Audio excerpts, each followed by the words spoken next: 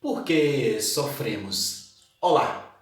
O tema de hoje eu vou falar sobre sofrimento. E a pergunta principal, como eu acabei de falar, por que sofremos? O que é o sofrimento? Por que estamos nessa realidade sofrendo? Bem, o ícone da religião brasileira hoje é Jesus. Jesus pregado numa cruz. Jesus sofredor. Jesus chagado. O ícone da filosofia é Sócrates, um cara, de certa forma, pobre, que foi condenado a beber veneno, um certo sofrimento. O ícone da sociedade contemporânea ou de forças políticas é Mandela, 30 anos na cadeia. O ícone da religião protestante, Martin Luther King, morto, assassinado. Referência da cultura indiana, Gandhi, morto. Referência de uma espiritualidade católica, Padre Pio de Pietrelcina, chagado. O que a gente pode constatar? Que a vida é um sofrimento. Grande admiração de muitas pessoas hoje é o filósofo Friedrich Nietzsche. Não, constatou que a vida é um sofrimento. Ele viu que a vida é um eterno retorno e no fim de sua vida ele ficou maluco, foi para o manicômio.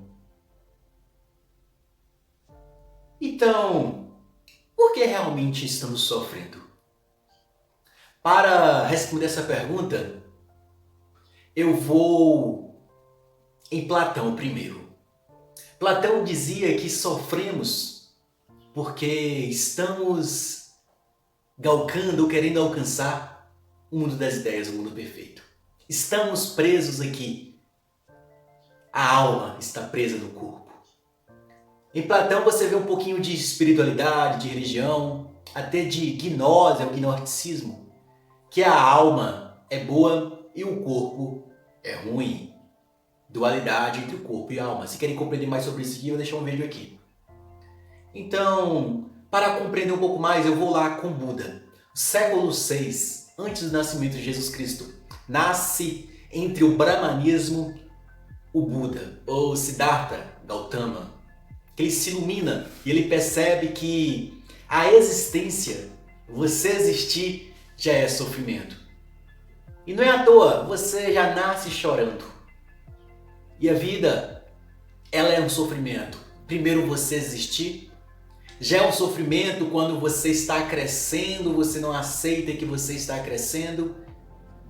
Lembra lá quando Paulo falava, quando eu era criança, pensava como criança, agora que me tornei adulto, penso como adulto, raciocínio como adulto.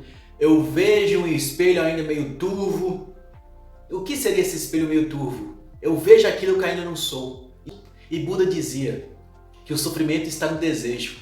Quando você deseja algo e você vai fazer todo o esforço, toda a luta para tê-lo, e quando você tem esse algo, você sofre por medo de perder esse algo. Quando você tem o amor da sua vida, e quando você tem ele, quando você perde ele, você sofre. Como Platão já falava, o amor platônico, o amor ideal. O amor platônico está nessa ideia aí. Um amor quase que impossível. Um amor que está distante. Um amor ideal de Platão seria o quê? Você chegar do serviço, sua mulher ou seu marido, preparar um bolo, preparar um café, te dar beijinho e falar que te ama, ter duas criancinhas bonitas correndo pela sala, tomando um vinho, comendo uma pizza e assistindo aquele filme maravilhoso, um amor platônico, um amor ideal que muitas pessoas desejam. E quando você imagina isso tudo, aí quando aparece a pessoa, o amado, e não consegue realizar isso, você sofre, porque você desejou algo e esse algo não aconteceu. E automaticamente, mesmo quando esse algo acontece, e quando esse algo deixa de acontecer na realidade, você sofre, porque a pessoa era isso tudo que eu falei aí depois você vê isso tudo se destruindo. Como era o filósofo Heráclito já falava, a vida está em constante mudança. Aquilo que é ideal nessa realidade, um dia deixa de ser. Um celular de última geração foi belo, foi bonito, foi bom. Passa um tempo que ele estraga. E você sofre porque ele estragou, e você sofre por querer outro novo. Então o desejo gera sofrimento. E o desejo é o impulso que te motiva a buscar as coisas no seu dia a dia. Constatou aí? Sofremos por imaginar algo ideal, e quando a gente tem esse algo ideal, sofremos por medo de perder porque a vida está em mudança. Sofremos por existir a própria forma de você crescer nessa realidade, você tem que abrir mão de certas coisas. Então a vida, ela parece uma batalha, uma luta,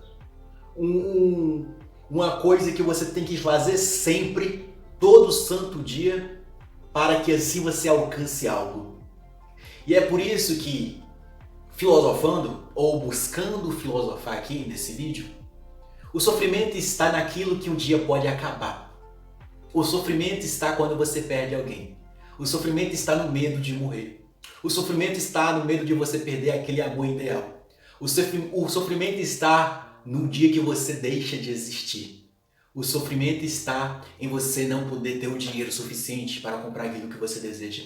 O sofrimento está em você não querer e você não poder comprar o celular. O sofrimento está em você não poder ressuscitar aquele ente querido que acabou de morrer.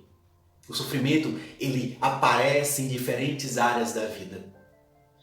Mas existem duas formas de sofrimento que eu posso falar para você.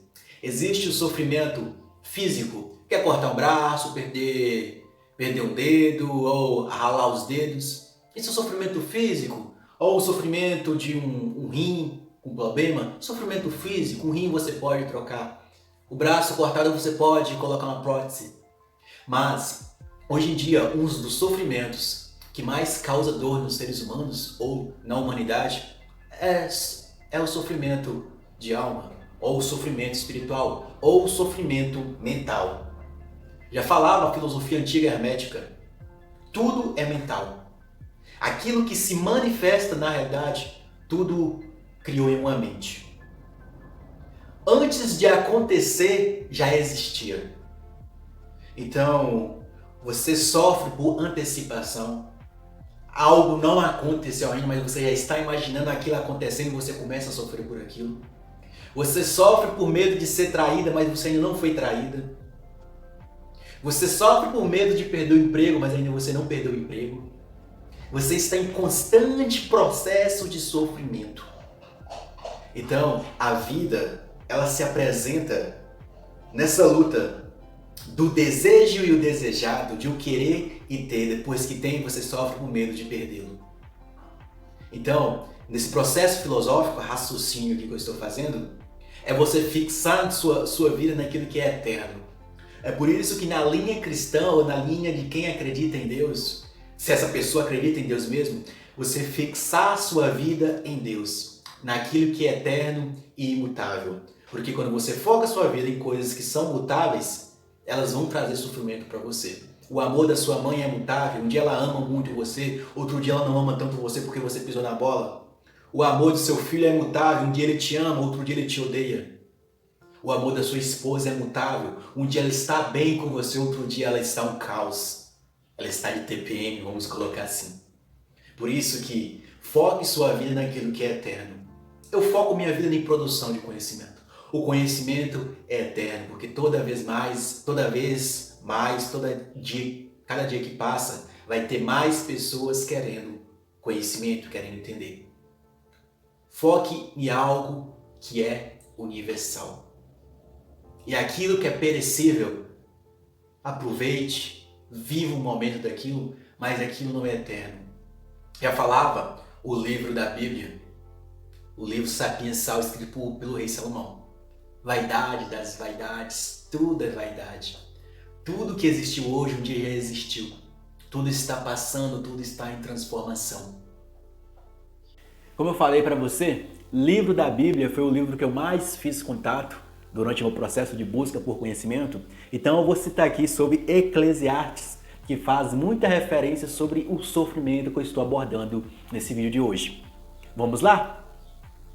Vaidades das vaidades. Tudo é vaidade. Que proveito tira o homem de todo o seu trabalho com que se vadiga debaixo do sol? Uma geração passa e uma geração vem, mas a terra sempre permanece. O sol se levanta e o sol se põe, e se apressa rumo ao lugar de onde nascerá de novo. O vento sopra para o sul, depois para o norte, gira e torna a girar, para recomeçar os mesmos giros. Todos os rios correm para o mar, mas o mar nunca se enche. Para o lugar de onde os rios vêm, lá eles voltam novamente. Todas as coisas exigem fadiga, e ninguém é capaz de explicá-las. O olho nunca se farta de ver, e nunca o ouvido se sacia de ouvir. O que foi, o que será, o que se fez, o que se tornará a fazer, nada há de novo debaixo do sol. Há talvez alguma coisa de que se possa dizer, olha, isto é novidade? Já existia nos séculos que nos precederam. Não resta lembranças das coisas passadas, nem das que acontecerão, se conservará na memória, entre os que virão depois. É profundo os livros de Eclesiastes, ou os livros sapiensais da Bíblia. Foi um dos livros que eu mais fiquei pensando assim como interpretar eles. Mas às vezes hoje eu compreendo melhor. É vaidade você ter algo, mas é bom ter. Mas você sabe que isso vai girar nesse fluxo constante da vida, que você vai perdê-lo. Então é por isso que você tem que permanecer a sua vida em algo que é eterno, em algo que é bom. Lutar por algo que é bom. Não em algo que é perecível, mas algo que é perene, que é eterno. Porque o resto é vaidade das vaidades. Esses livros da Bíblia sapiensais são os livros mais filosóficos que existem na Bíblia. Algumas partes das epístolas de Paulo também são filosóficas, mas os livros sapiensais da Bíblia são os livros mais filosóficos que tem. Alguns consideram esses livros até existencialistas, falando que aqui tudo que existe fadiga a gente e ninguém consegue explicar. Para você alcançar algo na sua vida, você tem que ralar. Para eu alcançar inscritos nesse canal, eu tenho que ralar, tenho que produzir bastante. Talvez eu nem consiga alcançar a quantidade de inscritos que eu quero. Para eu formar em algo que eu quero, eu preciso trabalhar, ralar bastante para conquistar, para estudar algo que eu quero. Para ter uma família, eu tenho que me esforçar, tenho que me responsabilizar. Tenho que ter um certo sofrimento, um certo sacrifício.